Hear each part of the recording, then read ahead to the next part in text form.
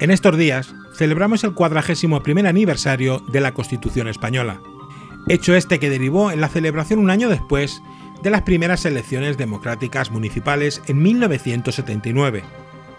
Recordemos hoy en Rebobinando la figura del primer alcalde democrático de Campo de Cristana, Antonio González Manzaneque. En una entrevista realizada en el año 2004, cuando se cumplían los 25 años de ayuntamientos democráticos. Como les adelantaba la semana anterior, comenzamos este espacio en el que vamos a repasar junto a los alcaldes de nuestro consistorio los 25 años de ayuntamientos democráticos. 1979 es la fecha de inicio y es por ello por lo que hoy tenemos el placer de contar con nuestro primer invitado. Él es don Antonio González Manzaneque. Bienvenido. Bien hallado. Don Antonio, usted, en 1979 coge las riendas del consistorio cristanense hasta 1983, los primeros 4 años de este nuevo periodo democrático. Y mi primera pregunta pues va dirigida a por qué decidió formar parte de la política municipal. La iniciativa no fue mía exclusivamente. Siempre hay personas que quieren contar contigo para un proyecto como este, que era tan importante y tan trascendental, porque era la transición de la dictadura a la democracia. Y en este caso fueron Antonio López Casero y Blas Camacho los que influyeron para que yo aceptara el meterme en política de la UCD, que en realidad fue, antes de la UCD fue el Partido Popular en el que militaban ellos, pero no el Partido Popular actual, sino uno de los componentes de UCD que, como sabéis, tiene una cantidad de partidos dentro importante, que fue un grupo más o menos homogéneo, que formado por muchos partidos, y en este caso era el Partido Popular inicial. Entonces acepté por un sentido de responsabilidad y de coadyuvar a una situación en la que todos veíamos que era interesantísimo tener un talante democrático real. Y era el Clásico Centro el que me invitaba y yo acepté el reto. Don Antonio, ¿cómo se vivieron esas primeras elecciones democráticas aquí en Campo de Cristana? Bueno, en realidad las elecciones pues con toda normalidad, y con mucha ilusión por parte de todos los partidos. Era una situación nueva en la que había que demostrar que la convivencia entre los partidos pues era posible y era adecuada. Y además hemos sido, la transición aquella ha sido ejemplo en el mundo, vamos, de lo que es una transición de dictadura a democracia. Realmente había más miedo que lo que luego ocurrió. No había que hacer nada más que sentar las bases de lo que es democracia pura y ejercerla. Y una vez realizados los comicios, ¿en algún momento pensó que llegaría a convertirse en alcalde de nuestra localidad? ¿O le pilló un poco también de sorpresa? No demasiado, porque yo iba por el número 1 de UCD. Iba, al ir por el número 1, pues lógicamente, si con una pequeña ayuda de los partidos que había a nuestra derecha, pues fui alcalde en mayoría relativa, no mayoría absoluta. ¿Cómo se vivieron los primeros años de democracia en Campo de Cristana? Con una gran ilusión. Los partidos estaban ilusionados por hacer aquello tan noble, que era política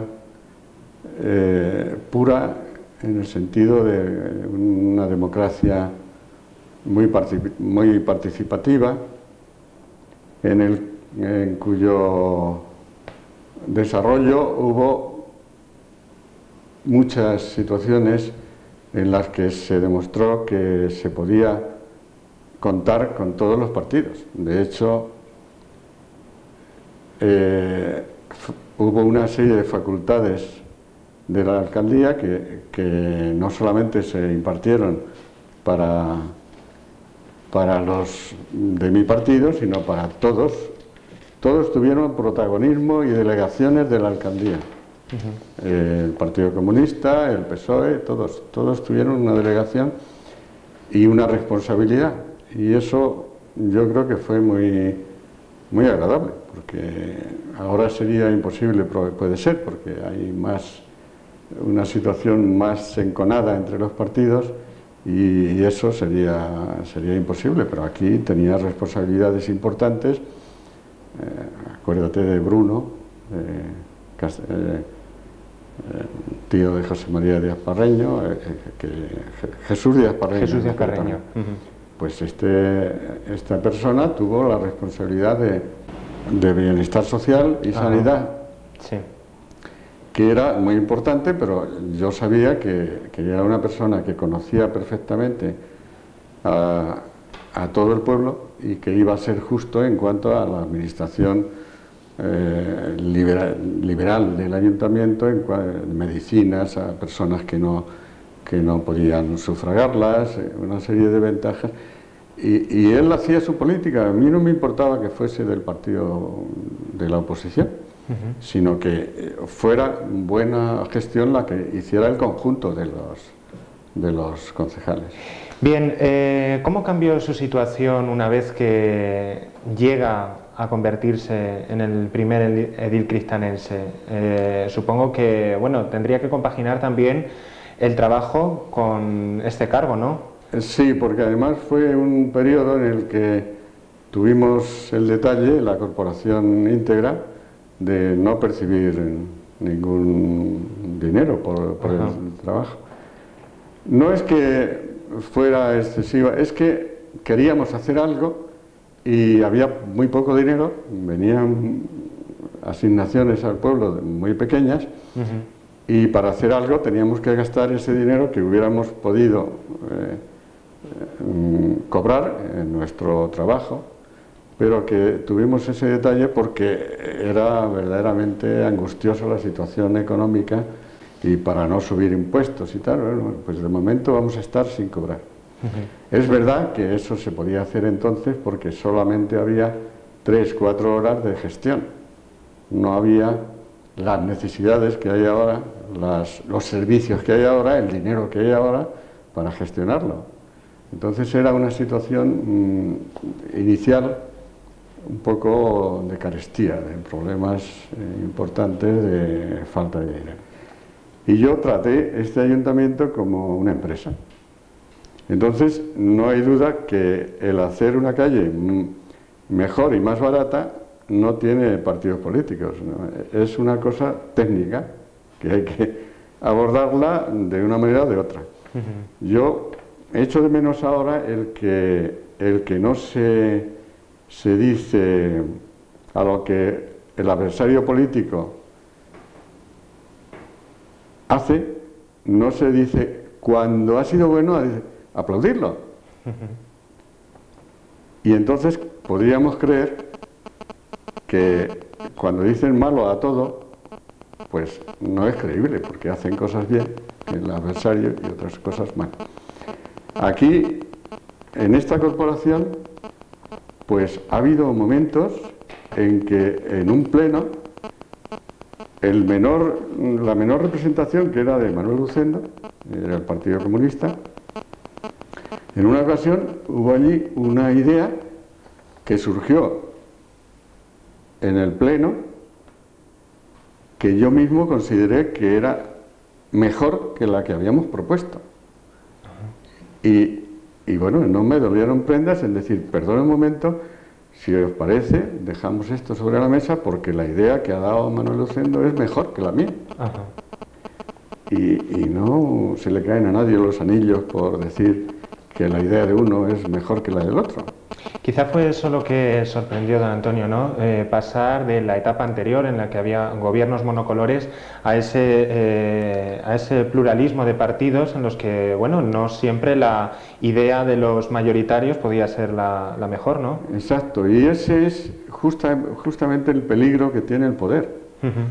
Aquí en este caso era un poder relativo y yo no quiero pensar, si yo hubiera tenido un poder absoluto, a lo mejor habría caído en esa tentación que caen muchos políticos. Sí, sí. Hombre, yo creo que la formación personal del individuo pues hace que ese tipo de cosas, el poder estando pendiente de que no pueda contigo, es algo que hay que tener mucho cuidado con el poder, porque el poder absoluto destruye a la persona que lo ostenta. Don Antonio, ¿cómo definiría el espíritu que le movió tanto a usted como a los miembros de la primera corporación democrática en estos primeros años de historia democrática en nuestro pueblo? Ilusionante. Es algo que efectivamente daba trabajo, un trabajo que aquí en este pueblo no es de extrañar, que hay tantas asociaciones de tantas personas que trabajan aparentemente por nada, porque no, en fin, si empezamos a desarrollar las asociaciones que hay aquí, es increíble lo que hay en este pueblo, culturalmente y socialmente y tal. Bueno, pues la satisfacción de lograr, de crear cosas, eso es algo que no olvida uno nunca. Una persona que haya estado haciendo cosas por el pueblo nunca podrá ser ya lo mismo que antes de hacerlo. ¿Cuáles fueron las primeras dificultades a las que tuvo que hacer frente el nuevo gobierno? Las económicas. Queríamos arreglar calles y no podíamos hacerlo con subvenciones municipales, solamente el municipio ponía el 10% y el resto era aportación municipal. Y el 10% se pagaba los cruces de calles, pero luego la calle en sí la pagaba por metros de fachada cada señor que se hacía. Y no se hacía por obligación, sino voluntariamente. Entonces, eso demuestra que en aquella ocasión el pueblo tenía tanta ilusión como los políticos. Porque claro, si alguno no podía sufragar aquello, se le daba un crédito a largo plazo, si era verdaderamente... Pero claro, las calles se arreglaron, 51 calles. Por subvención, vamos, por pago de los vecinos. De los mismos vecinos. Y en plan de voluntariedad.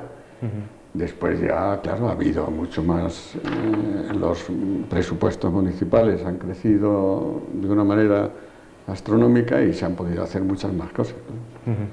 ¿Cómo era la situación del pueblo cuando usted llegó a la alcaldía? En cuanto a infraestructuras, en cuanto a alumbrado público...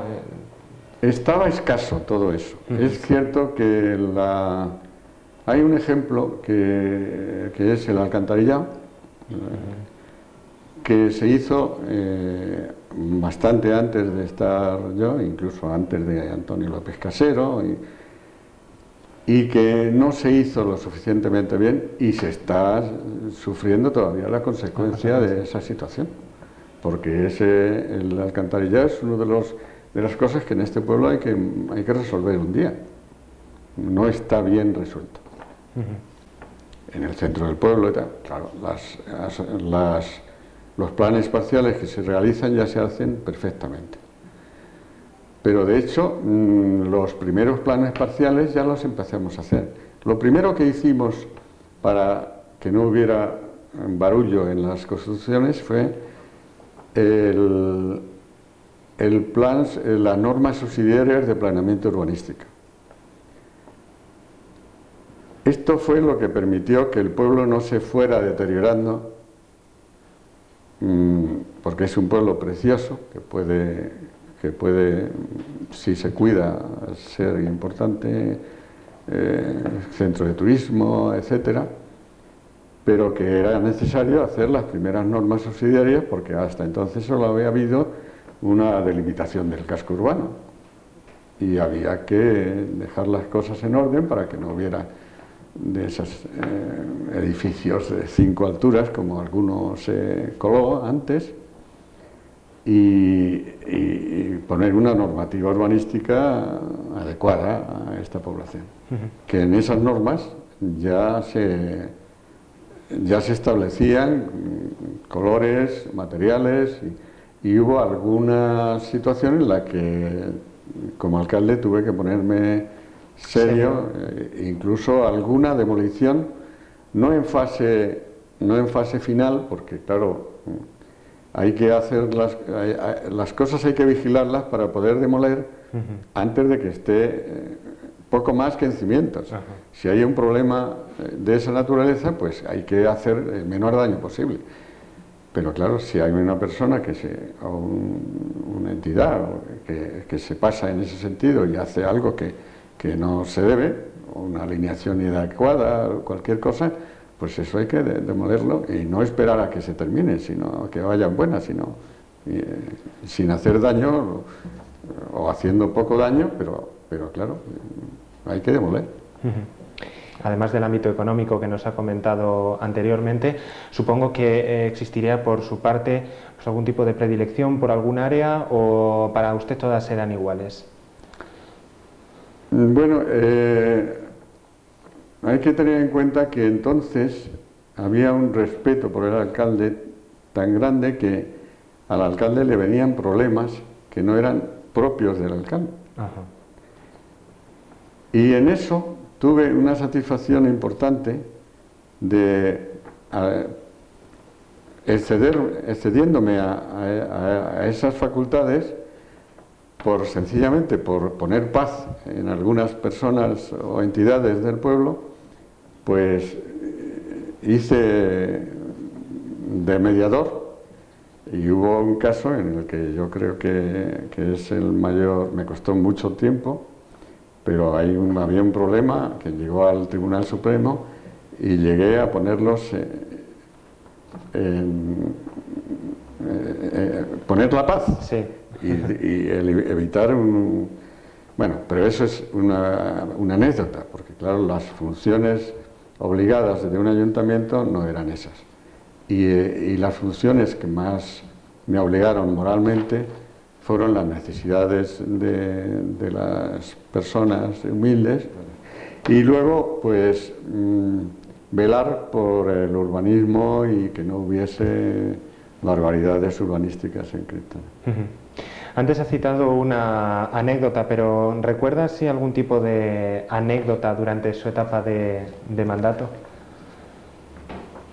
No, hombre, hay una anécdota bastante conocida porque en un pleno una persona, que por cierto no está difunto también y era de una nobleza tremenda, pero en aquel momento su partidismo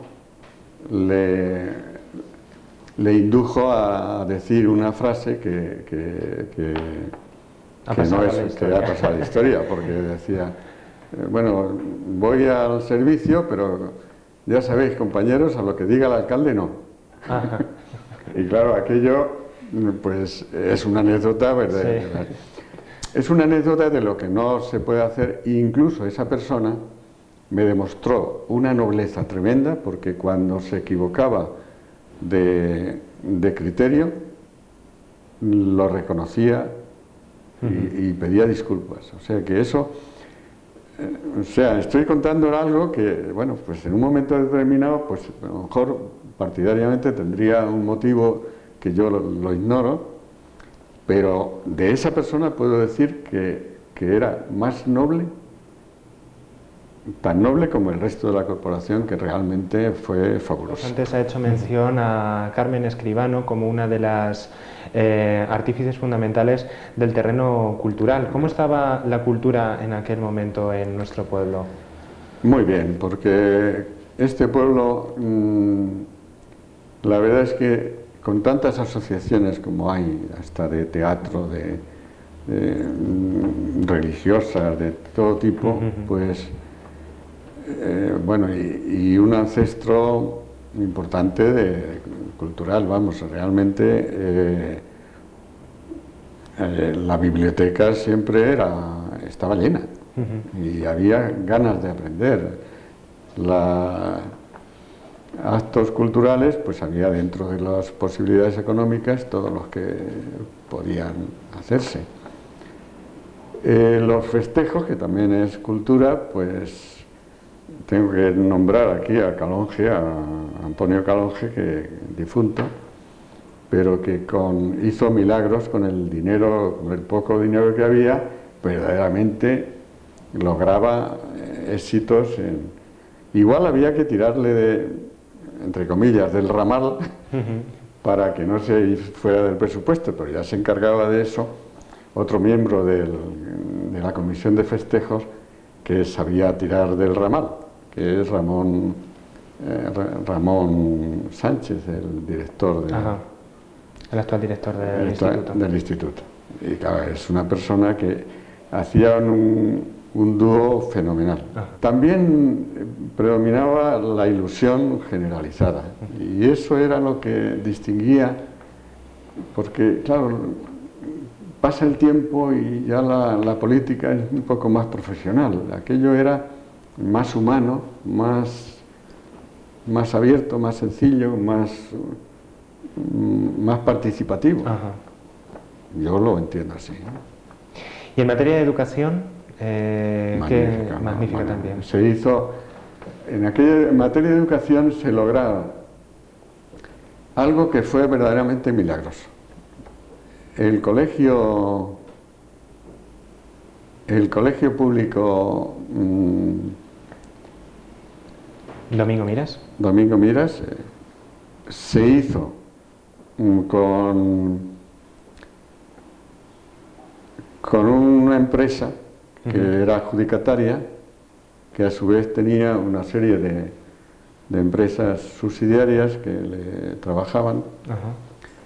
Y en un momento determinado esa empresa pues estaba a punto de la quiebra, y teníamos la disyuntiva de terminar aquello como fuese o encontrarnos con un colegio extraordinario pero sin terminar, y una quiebra de un constructor crea unos problemas que el colegio lo necesitábamos y había que hacer un milagro, y se hizo.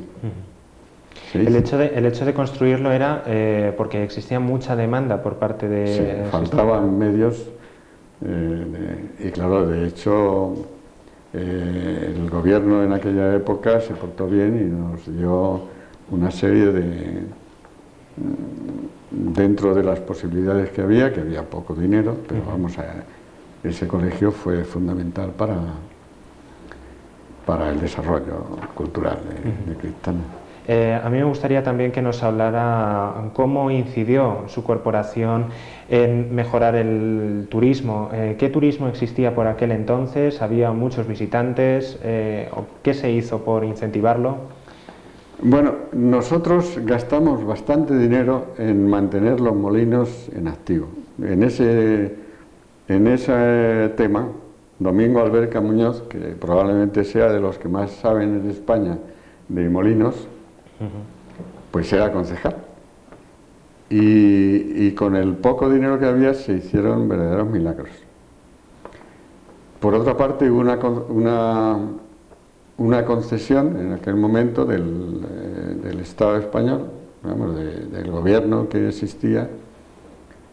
Javier Tusell, me parece que era el director general de Bellas Artes, que nos remodeló los molinos, dos molinos, el Infanto y el Burleta.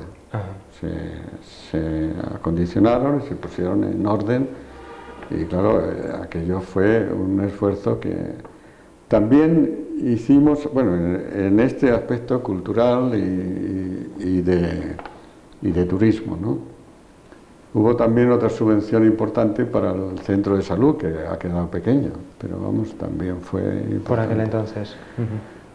El teatro yo me lo encontré iniciado, con lo cual no se pudo hacer mayor, ya estaba iniciado, pero vamos, se terminó y bueno, quedó bastante digno, sin embargo, era pequeño, como sabemos todos, pero vamos, ya estaba iniciado.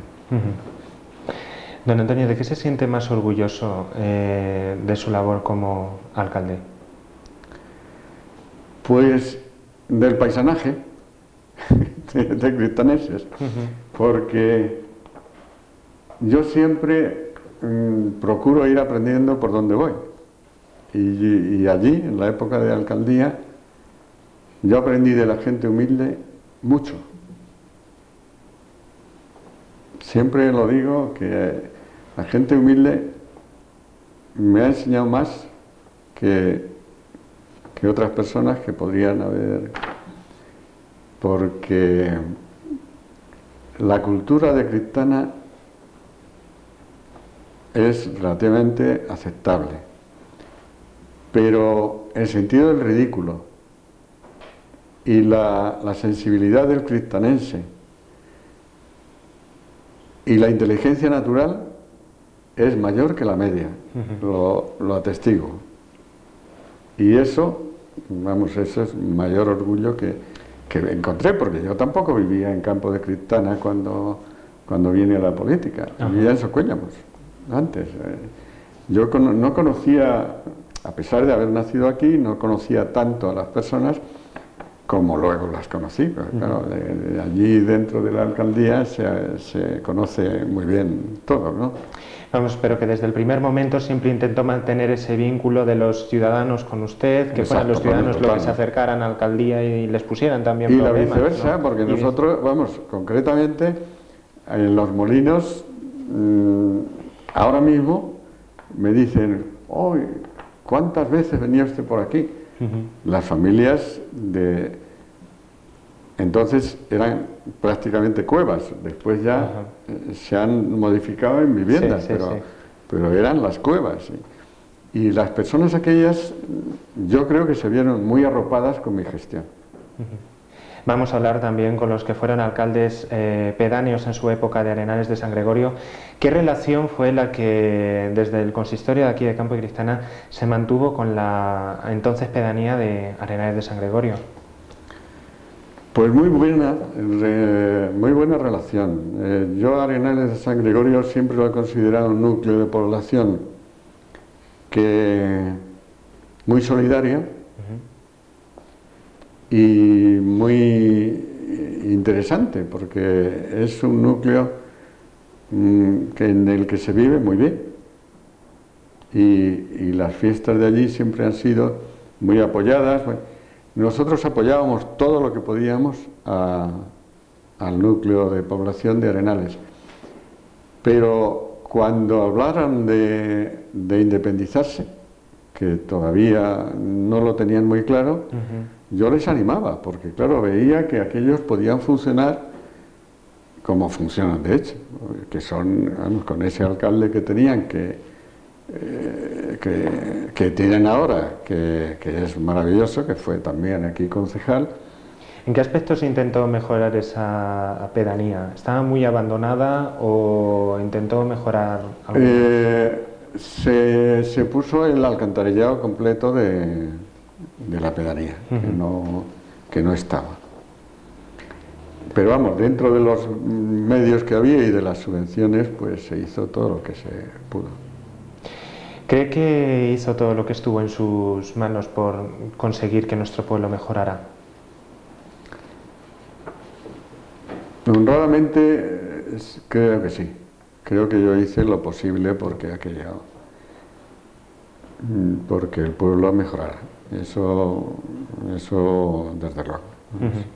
¿Y cómo valora su trayectoria al frente del consistorio, esos 4 años? Pues yo siempre agradecido al pueblo que puso en mí la confianza y que me arropó en general y, vamos, en realidad contento de la gestión. Una vez que abandona la política, nos ha comentado que por el fallecimiento de su hermano usted tiene que hacerse cargo de otros asuntos familiares y ya laborales también de empresa.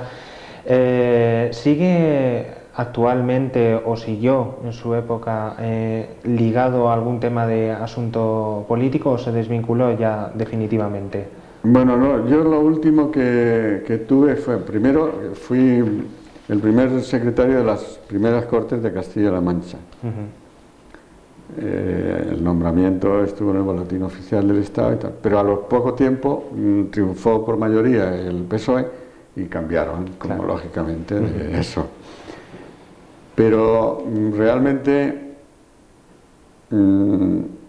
después ya al morir UCD, yo no estoy afiliado a ningún partido. Ha quedado más o menos como un independiente, ¿no? Exacto, pero sin ejercer en política porque ya tengo mucha edad, pero aunque estoy jubilado, pero tengo una empresa que me ocupa el tiempo, y que gracias a eso, porque yo creo que las personas mayores envejecemos menos si estamos ocupados.